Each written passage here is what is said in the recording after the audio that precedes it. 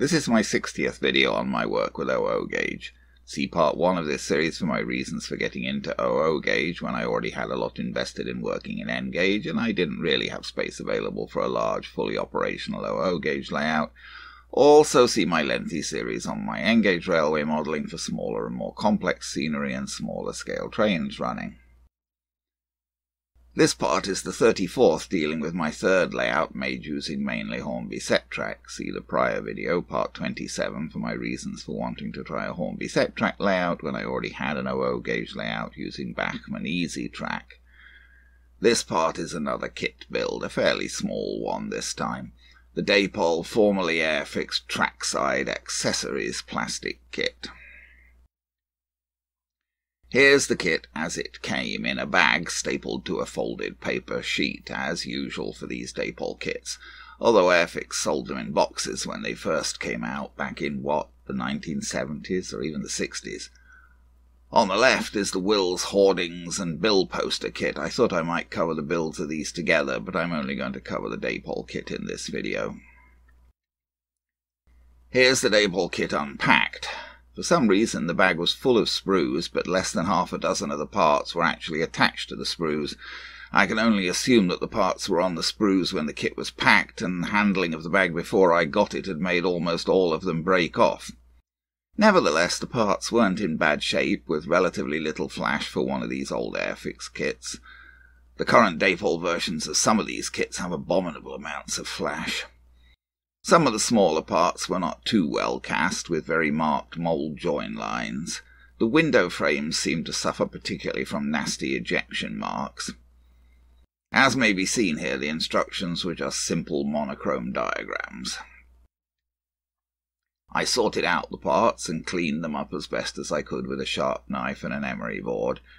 The kit builds 2 small huts, a loading gauge and a water crane, and the parts are roughly grouped appropriately here, though at this point I was still a bit unclear where some of the little bits were supposed to go. This is the frame of the loading gauge. I don't know why it was made with a pin sticking down out of the bottom. The instruction sheet offered no clue. Perhaps this was supposed to stick into your board to stop the gauge moving, which would work most easily if you had a foam surface. I took the frame down to the board and compared it to the Hornby loading gauge by the goods shed. Sorry, the camera decided to focus on the coach rather than the actual subject. This camera's actually dying, so hopefully I'll be bringing a new camera into use soon. Even with the poor focus, you can see that the frame of the Dapol gauge is a bit higher than the Hornby gauge. When the curved part is hung from the Dapol gauge, it should come out at a fairly similar height to the Hornby gauge. I thought that I might place the Dapol gauge here by the feeder line to the turntable.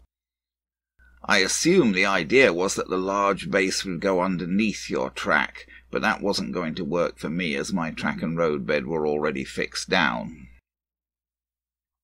I also didn't want the pin protruding from the bottom of the base, so I cut that off.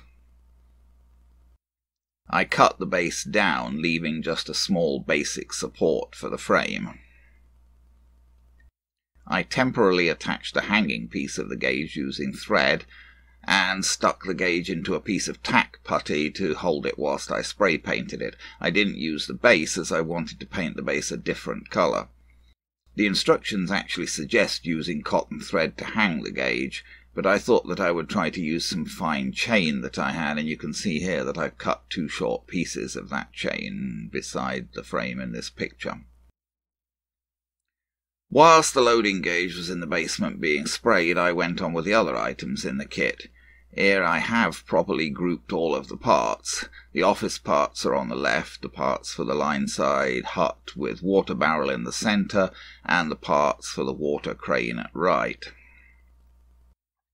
Here's the water crane assembled, quite straightforward. The arm of the crane is just inserted into the circular piece on top of the post without gluing so that it can pivot. I glued the walls of the office together. Once cleaned up, they joined quite neatly. I assembled the roof of the office with its ridge piece, but I didn't glue it to the walls as I wanted to spray the walls and the roof different colours. Here's the loading gauge back from spray painting. I used CA glue to attach the short pieces of chain to the frame and then to the hanging piece. The downside of this arrangement was that I couldn't get the hanging piece to hang entirely level, but I still think this looks better than cotton would have done. I placed the gauge on the layout. I glued the base in place with Woodland Scenic's foam tack glue.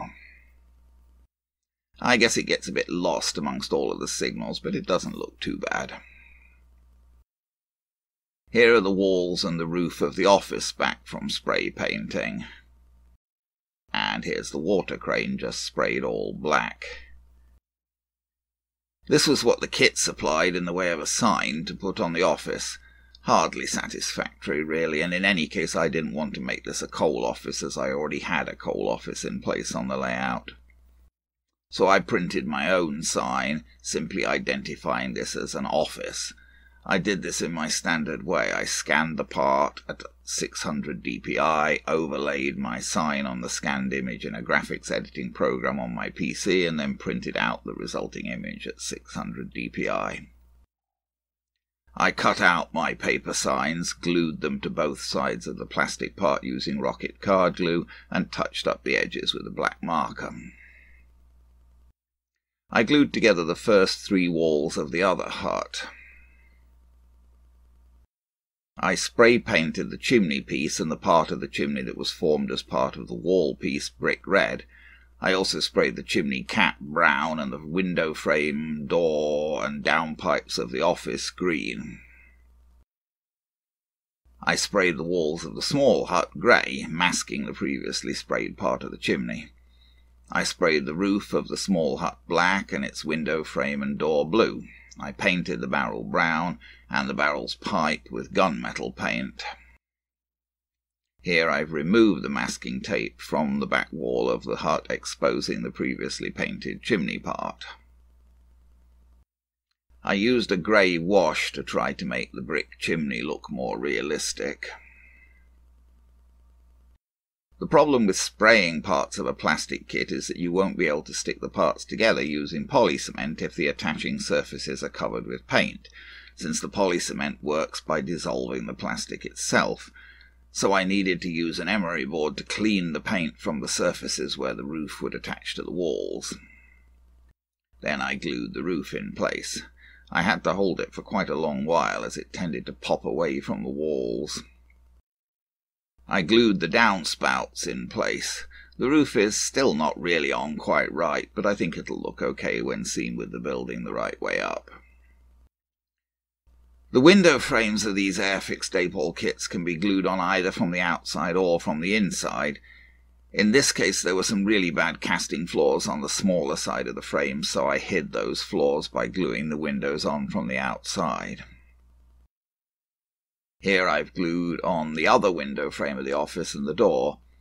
I had a bit of a malfunction with my metallic pen trying to pick out the door handle, and I've tried to hide the results with limited success. Here's the small hut with its walls, chimney and roof assembled. And now the small hut's window frame and door have been glued in place. The water barrel attaches to the side of the small hut, with the pipe attached between the top of the barrel and the corner of the roof. At this point I did some more washes to weather things, rust colour for the water crane and black for the huts. Then I attached the sign to the roof of the office. Here things are mostly complete, but I thought it might be worth glazing the windows. I cut pieces of clear acetate and glued them inside the windows. Oddly enough, no clear acetate was supplied with this kit, but the Dapol kit for kiosks, which I built recently, did include a sheet of acetate, though I couldn't see that it was really needed there. I also glued clear acetate inside the windows of the office, not that it's all that obvious. Now these pieces really are complete, or as complete as I'm going to make them. I put the water crane between the tracks outside the double-engine shed. I put the office building on the far side of the turntable as a yard office.